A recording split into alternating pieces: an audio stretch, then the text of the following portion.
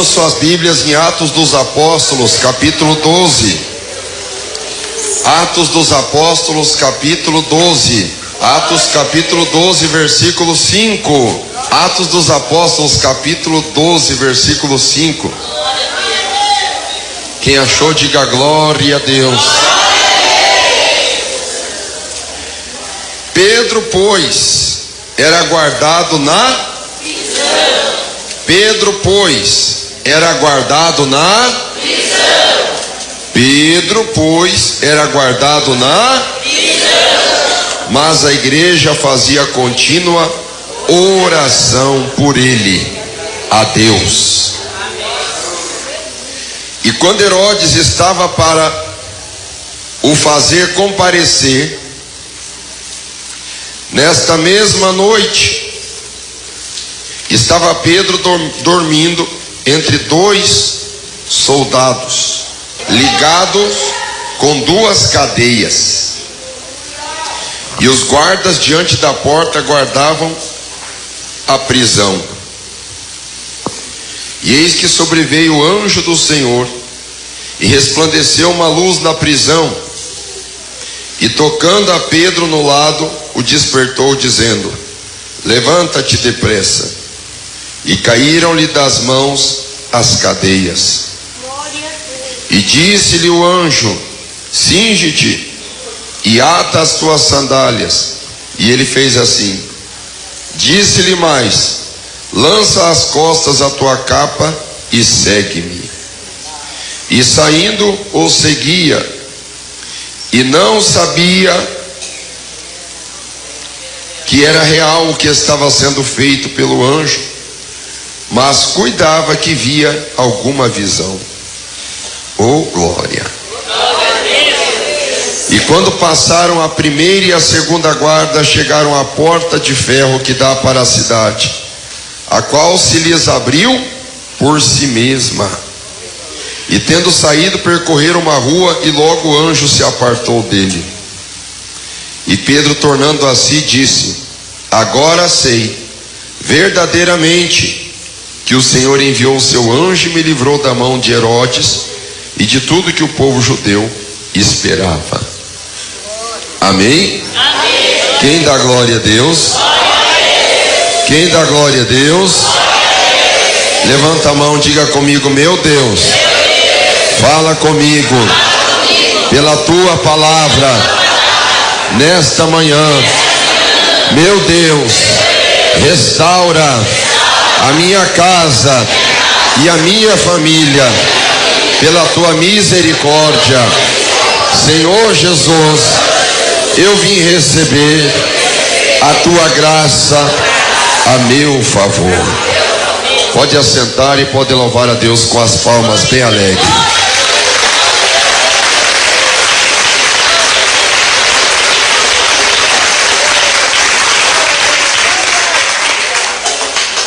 Queridos irmãos e irmãs, eu tenho uma palavra de Deus para dizer para você aqui nesta manhã. Que independente do grau de dificuldade, do grau de tribulação, da gravidade do teu problema, da situação que a tua família esteja, da situação que a tua vida financeira ou espiritual esteja, da situação que alguém na tua família esteja enferma, não importa o grau de dificuldade, Deus sempre tem um livramento para a tua vida. E quando o livramento de Deus chega na tua vida, quando o livramento de Deus te alcança, quando a mão de Deus te alcança, o alcance de Deus é tão poderoso, o alcance de Deus é tão real, o alcance de Deus é tão maravilhoso, que você não consegue nem mesmo acreditar no que está acontecendo. A Bíblia diz de um rei. Esse rei pertencia a uma dinastia que transfere-se de pai para filho sucessivamente, num tipo de monarquia que parece que nunca mais ia se acabar. O nome desse rei é Herodes. E a dinastia dos Herodes, ela é transferida de pai para filho, como se os Herodes tivessem um tipo de sobrenome, e assim vai transferindo de um para o outro. A dinastia dos Herodes começa dominando os judeus com mão de ferro, até porque eu preciso explicar o seguinte para os irmãos: Herodes não era judeu, Herodes era idumeu, e o idumeu é o mesmo povo edomita, e o edomita são os habitantes de Edom, e os habitantes de Edom são mesmo os habitantes das montanhas de Seir, e os habitantes das montanhas de Seir são descendentes de Esaú, porque o nome Edom no original hebraico é a cor vermelha, e Edom e Esaú é chamado vermelho por ele ser ruivo, escuro, da cor da terra. Então, quando se fala de Edom, quando se fala de Esaú, se fala de uma natureza terrena voltada para a terra. É por isso que Esaú tem uma facilidade muito grande de negociar com seu irmão, uma facilidade muito grande de negociar um prêmio espiritual por alguma coisa que mata a fome da terra. Esaú, por causa de um prato de lentilhas, um prato vermelho com lentilha e coloral, ele vende a sua primogenitura, isto é, Esaú, por um prato de lentilhas. Ele vende o seu direito a tomar posse da bênção do filho mais velho, que recai através de um pacto que Deus estabelece com Abraão. Ele vende o seu direito. Isto é Esaú, isto é Edom, isto é os habitantes das montanhas de Seir, isto é os edomitas, e isto é os idumeus. E Herodes é idumeu, Herodes não é judeu.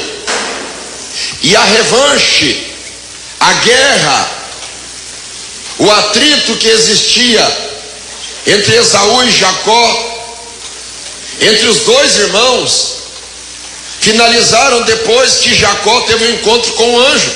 Mas a descendência de Jacó e a descendência de Esaú sempre brigaram, sempre ficaram procurando motivo para um destruir o outro. Nunca mais se acertaram, nunca mais. A Bíblia vai dizer no livro de Obadias, Obadias só tem um capítulo, e Obadias vai dizer: quando os descendentes de Esaú, os edomitas, os idumeus, os habitantes das montanhas de Seir, zombam da desgraça de Jerusalém, porque eles nunca mais se acertaram. Mas os anos vão se passando, preste atenção. Quando o povo de Israel teve a oportunidade de acabar com os habitantes das montanhas de Seir, apesar deles terem nascido no mesmo ventre, nasceram no ventre de Rebeca, mesmo assim, sendo irmãos, o povo de Israel teve uma oportunidade de acabar com esse sofrimento, mas eles não acabaram. E eu quero dizer algo para a igreja do Senhor aqui: quando você tem um pecado e você não acaba com aquele pecado, quando você tem uma situação mal resolvida e você não acaba com aquela situação, você não resolve aquela situação, preste atenção, um dia ou outro, se você não resolver aquela situação, se você não acabar com aquele pecado vai acabar com você.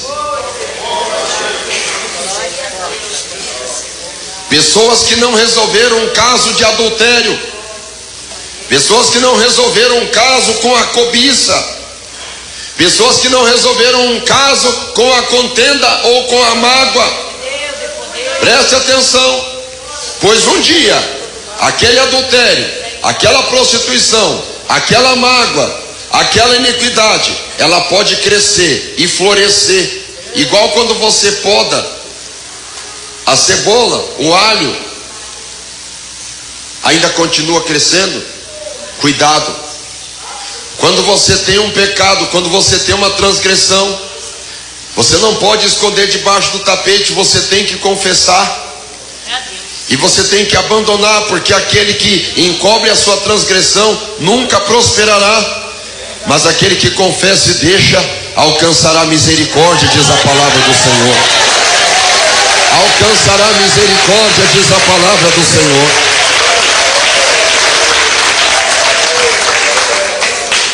E os anos vão se passando, preste atenção.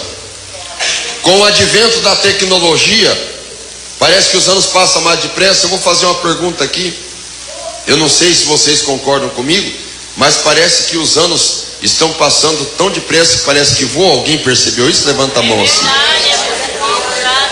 O tempo passa muito depressa. E escute bem, quando você não resolver uma questão, que a questão está mal resolvida, cedo ou tarde, essa questão vai bater na tua porta. E você tem que estar pronto para isso. Você tem que estar preparado para isso. Cuidado, nunca deixe nada mal resolvido.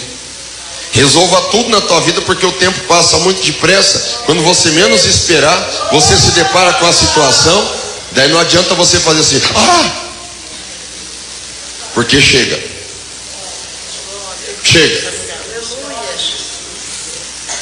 Quando menos se espera, se levanta na terra uma dinastia levantada pelos romanos. Que dinastia é essa? Dos idumeus. O que? Os idumeus vão dominar Jerusalém? Sim. Ué, mas Jerusalém é dominada somente para judeu? Quem te falou? Era para ser. Se tivesse sido seguida a orientação de Deus e não existisse mais idumeus. Mas não foi acabado os idumeus. E agora se levanta uma dinastia chamada dinastia herodiana. E Herodes começa fazendo sucesso. Herodes o Grande, ele constrói um templo que ele demora 46 anos para construir. Quantos anos? Este templo, segundo os historiadores, foi mais bonito do que o templo de Salomão. Este templo, segundo os historiadores, foi 3 vezes mais bonito que o templo de Zorobabel, filho de Salatiel. Na época que o sumo sacerdote era Josué, filho de Josadaque. Foram construídos 3 templos em Jerusalém. O primeiro foi no templo de Salomão. Só que este de Salomão foi destruído por Nabucodonosor. E o povo foi para a Babilônia, ficando 70 anos lá. Quem está conseguindo me acompanhar? Ficaram 70 anos na Babilônia. Daí o templo foi ateado a fogo, foi derrubado os muros, foi destruído o templo inteiro. Então Deus usou o profeta Ageu, o profeta Zacarias, o profeta Malaquias para restaurar o templo, no tempo de Zorobabel, filho de Salatiel. Só que quando foi construído esse templo, que ficou bonito, ainda não agradava, porque os idosos que tinham conhecido o templo lá de Jerusalém antigo choravam, dizendo: não, olha o que aconteceu, nós nunca vamos conseguir ver que esse templo fique tão bonito, que esse templo fique tão formoso. E Ageu diz: a glória da segunda casa será maior do que a primeira. Eu estou falando.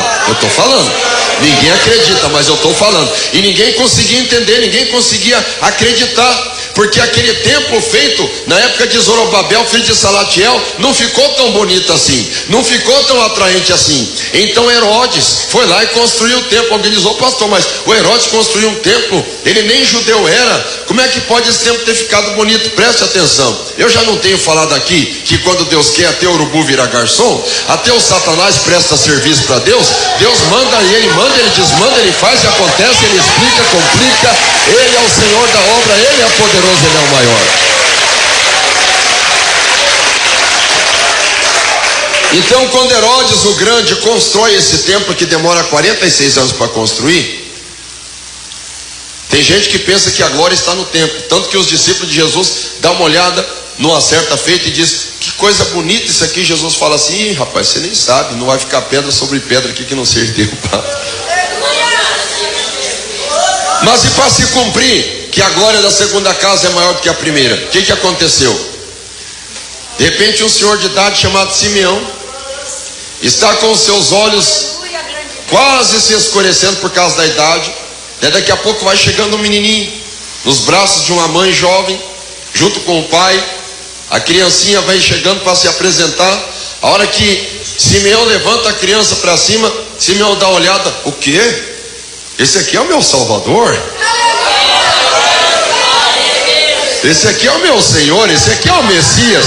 Ô Senhor, faz o seguinte, pode despedir esse velho aqui, que meus olhos já viram a salvação. A glória da segunda casa é maior do que a primeira mesmo, porque na glória está Jesus de Nazaré no templo. Aleluia. Herodes, eu acho que a única coisa boa que Herodes fez foi construir o templo e perseguir a igreja. E você olha para mim e diz assim: pastor, construir o templo, tudo bem, mas perseguir a igreja foi a melhor coisa. Não, pastor, perseguir nós somos crentes, somos cristãos. E naquele tempo os crentes também eram pagador de imposto. É isso que é o problema. Quando a igreja tem a consciência que ele é cidadão da terra, que ele paga imposto, qualquer coisa chama advogado, qualquer coisa vai para a lei, qualquer coisa tem seus direitos, qualquer coisa isso, qualquer coisa aquilo, a igreja começa a se tornar uma igreja secular, uma igreja terrena, e que confia nos instrumentos, nos mecanismos do poder da terra, do poder executivo, legislativo, judiciário e moderador. A igreja começa a se misturar com a política, a igreja começa a acreditar no dinheiro que ela tem no bolso, a igreja começa a acreditar na influência que ela tem através da política, através do número de membros, e aonde a igreja começa a se tornar uma igreja carnal. Você quer saber qual que é o melhor tempo da igreja? É quando a igreja é perseguida, porque a igreja ora, a igreja jejua, e Deus manifesta poder e autoridade. O próprio Deus desce da terra para livrar a sua igreja.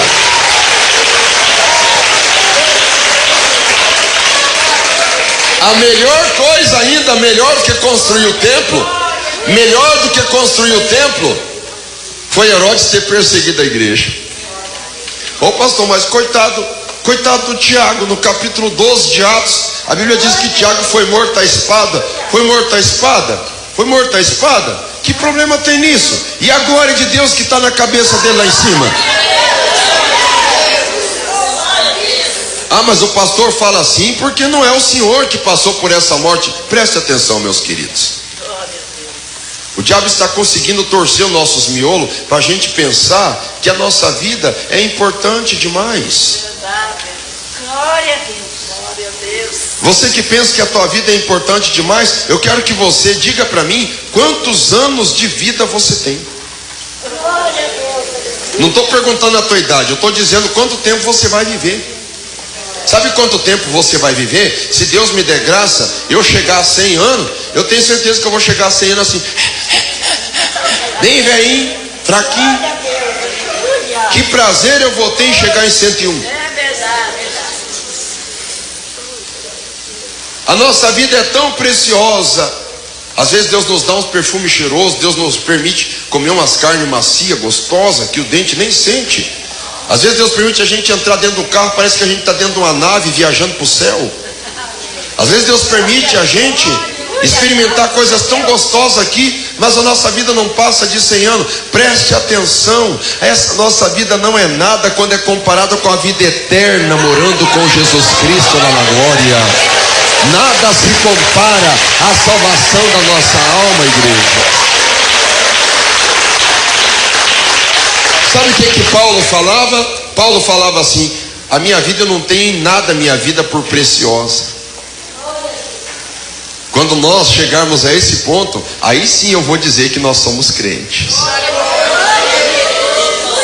Eu sou crente. Por que você é crente? Porque eu tenho a minha Bíblia, eu carrego a minha Bíblia, Eu sou crente por quê? Porque a irmã diz, eu sou crente porque eu não corto o cabelo, porque eu uso a saia bem para baixo do joelho quando eu estou sentada, eu uso sapato de salto moderado.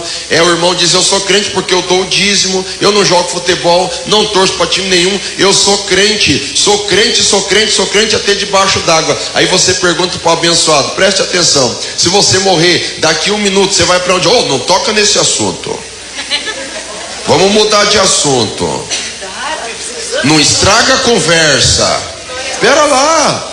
Para nós ser crente, não é somente a gente ter uma aparência do lado de fora. O principal sinal de alguém ser crente é ele ter certeza que o seu nome está escrito no céu, no livro da vida. Este é o maior sinal de alguém ser crente. Aleluia.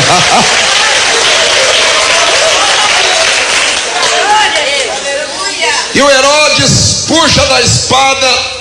E os judeus, vai morrer, e o evangelho vai acabar, o evangelho vai acabar, o evangelho vai acabar.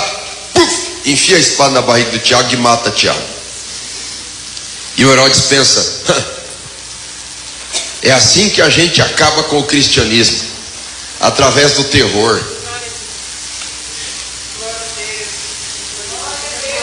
Tem pessoas até dentro da igreja que aterrorizam. Sabia que tem? Tem pessoa que na tua família te aterroriza. Sabe qual que é a finalidade do terror? Sabe qual que é? Um dia um irmão falou para mim assim, um irmão que limpava banheiro lá em Blumenau. Foi um pessoal, né? Não se sabe quem ainda, mas a gente desconfiava que era gente da igreja mesmo. Fazia a necessidade. Eu não sei se usava luva de plástico ou se não era porco mesmo, passava com a mão mesmo. Passava na parede assim, ó. O irmão olhou para mim e falou assim, pastor, eu não aguento mais. Sabe o que é o nome disso aí? Isso é terrorismo espiritual. Isso é terrorismo espiritual. A finalidade disso tudo é para mim desistir, é para mim desanimar. Tem vezes que eu chego aqui nessa igreja velha, aqui nessa espelunca, aqui parece que vai cair. Eu chego dentro desse banheiro, que nojo, todo sujo, do lado de fora, tudo fedorento. Isso aqui é para desanimar. Ele falava aquilo e eu comprava as dores dele. Eu pensava, meu Deus, a vontade é desanimar mesmo. E na época eu trabalhava numa empresa e às vezes na empresa você via assim que as pessoas lá na empresa tinham até mais respeito, e você vendo aquela situação, e a igreja velha mesmo, e aquela luta e aquele terrorismo. Eu falei, quer saber? Pois agora é que eu vou orar mesmo para Deus abrir a igreja nova de Blumenau. Pois agora eu vou orar para Deus dar um banheiro digno para a igreja nova de Blumenau. Uma igreja que estava 17 anos fechada. 17 anos. De 2010 até 2014 lutando, fazendo campanha. Quanto mais aumentava o terrorismo espiritual, mais eu orava. Pois graças àquela perseguição, nós orando, buscando a Deus, clamando, Deus deu banheiros dignos para a igreja nova lá de Blumenau, e o diabo foi envergonhado com a cara na terra. Não adianta fazer terrorismo espiritual. Não adianta. Seja a glória a Deus. Eu descobri que os crentes a Deus e amor é os crentes omelete. Quanto mais você bate, mais ele cresce. Obreiro da Deus e amor é tudo omelete. Você bate nele, você dá-lhe na orelha aquela chapuletada que a orelha chega a esquentar. Tem vezes que a orelha faz isso aqui, ó, põe e volta para cá. Daqui a pouco parece que o obreiro vai desviar. Estou dizendo obreiro fiel, obreiro de Deus, meu obreiro padrão Deus e amor, obreiro que é o obreirinho. O obreirinho. E eu sou um obreirinho da Deus e amor, graças a Deus. O obreirinho, ele apanha, ele é humilhado, só que ele é omelete. Quando ele é humilhado pelo homem, ele se humilha mais, ele dobra o joelho e chora. O terrorismo espiritual faz ele crescer, porque ele mergulha na oração, nas asas da humilhação. Ele vai voando, até que ele chega à presença do Senhor. Quando parece que ele está morrendo, ele chega mais forte ainda, ele chega mais renovado ainda, ela chega mais cheia do poder ainda. Glória a Deus. Quando mataram Tiago, parece que ia acabar com a igreja. Acabou com a igreja, né, irmãos? Acabou, né? Acabou, né? Acabou nada. Aí é que cresce. Mataram Tiago à espada. E o Herodes, ele era movido pela opinião do povo. Existe uma coisa muito triste quando o líder é movido pela opinião do povo. E existe um problema sério na maioria das igrejas hoje em dia, que os pastores querem pregar o que o povo quer escutar. E você sabe o que nós queremos escutar, né? O que nós, seres humanos, queremos escutar? Elogio. O que nós, seres humanos, gostamos de escutar? Bênção, vitória. Não é isso? E Herodes gostava de elogio. E o povo judeu gostava de ver ele matar Tiago, que era um dos apóstolos. Ele falou assim: já que o povo gostou, eu vou fazer algo para agradar mais o povo ainda. Sabe o que eu vou fazer agora? Eu vou mandar prender o Pedrão. Vou mandar prender ele. E mandou prender a Pedro também. A Bíblia chega a dizer aqui no versículo de número 4, que havendo prendido a Pedro, encerrou na prisão, entregando a 4 quaternos de soldado, para que o guardasse. 4 quaternos de soldado. Sabe o que é 4 quaternos de soldado? Varia a opinião dos intérpretes, mas a hermenêutica básica da igreja primitiva diz que 4 quaternos de soldado era aproximadamente 16 soldados, para prender um homem só. Aí alguém pensa: pastor, mas isso é covardia, sem dizer que ainda existia 2 cadeias na mão dele. Como é que pode 16 homens para prender um só? Mas acontece que o Herodes, de forma subliminar, não conscientemente, Herodes era orientado pelo diabo que se deixasse o Pedro sozinho, ou só com 2 soldados ali, alguma coisa ia acontecer. Então vamos colocar 16, e dependendo da situação, é melhor colocar 160, porque esse Pedro ele não é brincadeira. Meus irmãos, o diabo ele é covarde.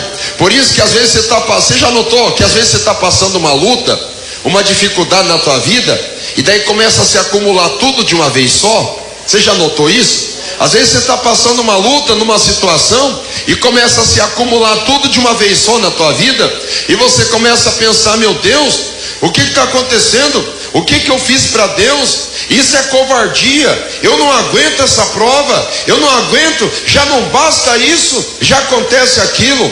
Você está com um problema financeiro. Acabou, talvez, vou dar um exemplo aqui. Você foi demitido da empresa. Você foi demitido da empresa. Você chega em casa, você escuta a esposa falar que está passando problema e dificuldade com os filhos. Não basta isso. Quando está falando do assunto, já é de noite. Chega lá o rapaz que trabalha na Copel, e corta a energia elétrica, deixa você conversando no escuro.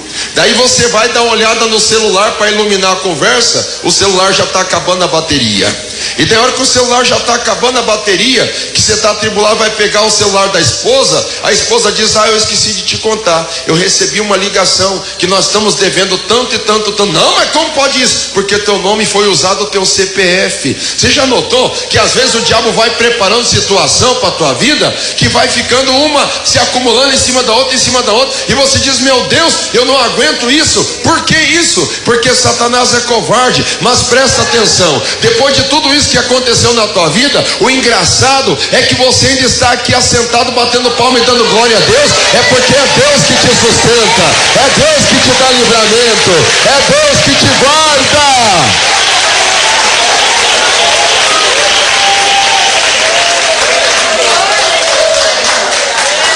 Você está entendendo por que o Satanás te odeia? Você está entendendo por que o Satanás te odeia? É porque o Satanás ainda não desceu nos miolos mole dele, que não é você que tem força, é Deus que está com você. É Deus que te segura, é Deus que te sustenta. Aleluia. 4 quaternas de soldado para atacar um homem só. Por isso que nós não podemos brincar quando nós estamos dentro do culto. Porque um culto é só 2h30 de culto, e às vezes a gente chega faltando 1 hora para acabar, a gente fica só 1 hora no culto. E você já notou que às vezes o diabo usa alguém para puxar conversa com a gente? Você já notou que o diabo usa alguém para ligar no celular na hora que a gente está no culto? Você já notou que o diabo lembra a gente de um compromisso que a gente tem que fazer para sair do culto na hora do culto? Você quer saber por quê? Eu vou te explicar. No caso de Pedro sozinho, 4 quaternos de soldado, 16 soldados cuidando de um homem só. Você sabe o que é essa covardia? É a mesma coisa que enquanto você está sentado aqui, dando glória a Deus, sabe o que está acontecendo agora? O diabo está procurando uma maneira para matar alguém da tua família. O diabo está procurando uma maneira de roubar teu carro. O diabo está procurando uma maneira de lançar um câncer em alguém da tua família, alguém desprotegido. Você está aqui no culto, talvez você nem parou para prestar atenção no que eu estou falando, né? Presta atenção no que eu estou falando. Às vezes você está aqui no culto e o diabo está preparando uma armadilha para te derrubar em pecado. É por isso que quando você está aqui, você tem que estar em espírito de oração, porque mesmo que o diabo ele armou a cilada, Deus já está descosturando a cilada dele, Deus já está quebrando o laço dele, Deus já está pisando na cabeça dele. Aleluia!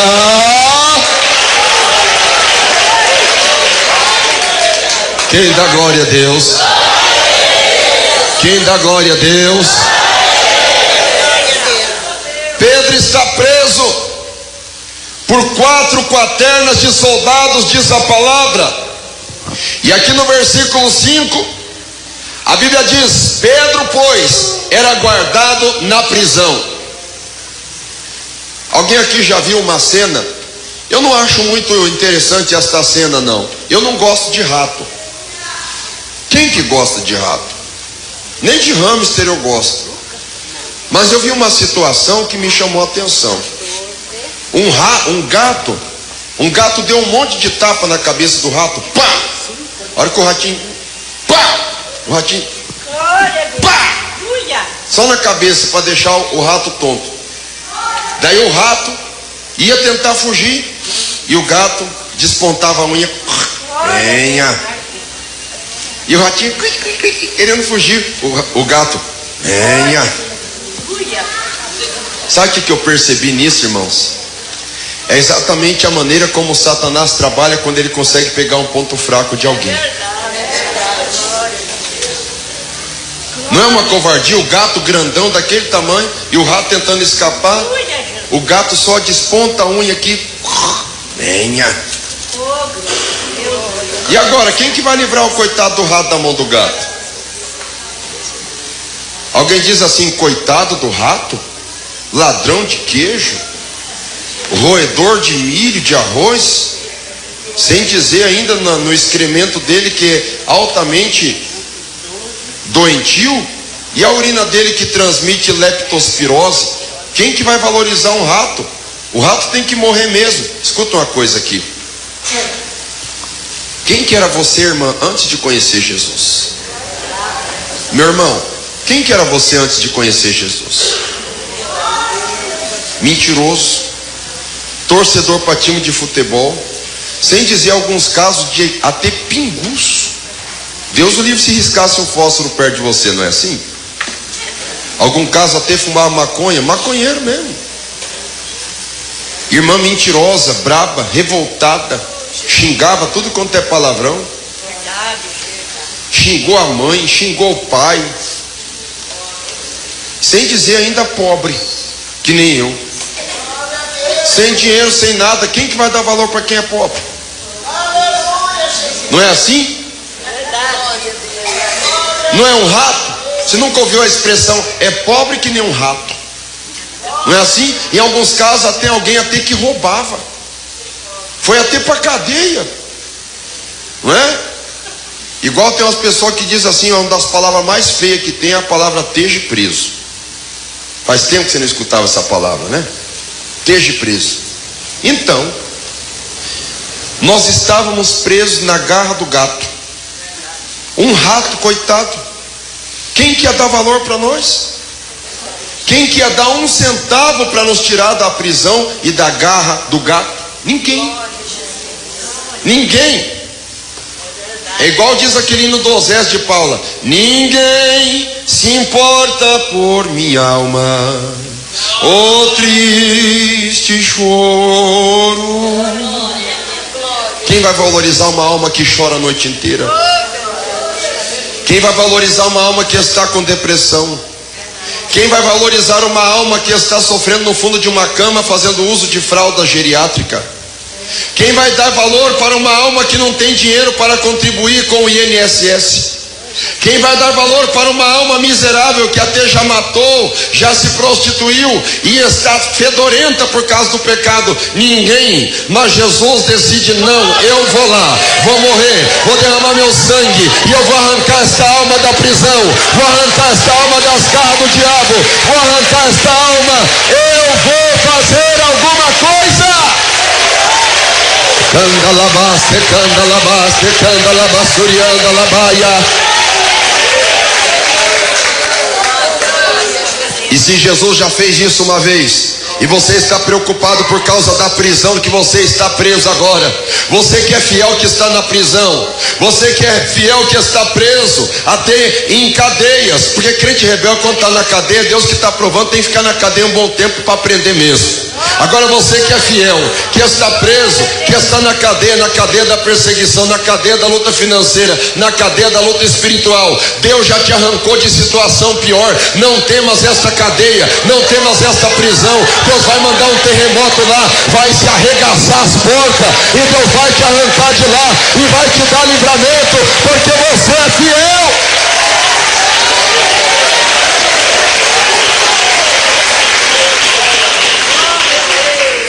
Quem dá glória a Deus? Olha o que a Bíblia diz aqui: Pedro estava guardado na prisão, mas a igreja fazia contínua oração por ele.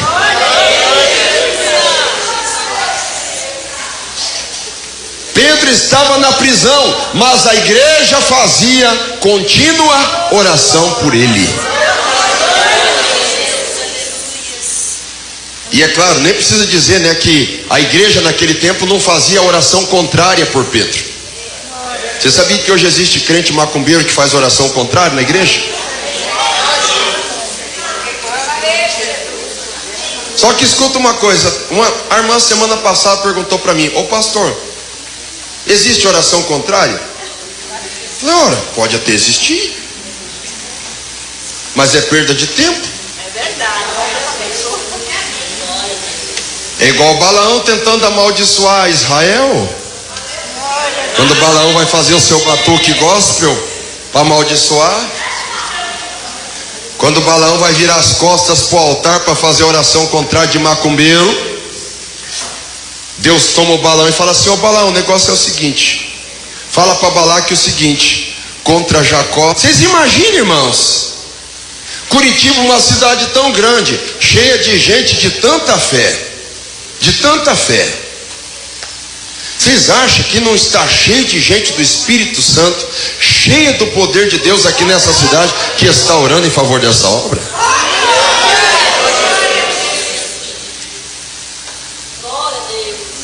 Essa nossa igreja aqui, ela vai ser construída, viu?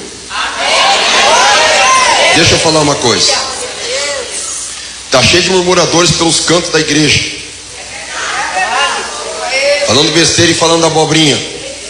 Tem alguns até que bate no ombro do pastor. Ô meu pastor, tem alguns que chamam até de chefe. Eu já falei para uns aí, quem tem chefe é índio. Eu quero ver a cara deles, o tamanho da carona desses falsos, a hora que eles veem essa igreja construída. E ela vai ser construída, não é por causa do Milton Neves não. Coitado do Milton Neves, nem 80 quilos pesa. Não é por causa do Milton Neves não, coitado do Milton Neves. Coitado mesmo, é um molecão. Igual eu já dizia por aí, né? Uma vez eu fui expulsar um demônio lá em Blumenau, o diabo falou na boca da mulher: o que você quer aqui? Eu já falei que eu não vou sair, ô perna seca. Isso é o Milton Neves, é um coitado. Você sabe por que essa igreja vai ser construída? Você sabe por que Deus ainda opera aqui dentro dessa igreja? Porque a igreja ora constantemente.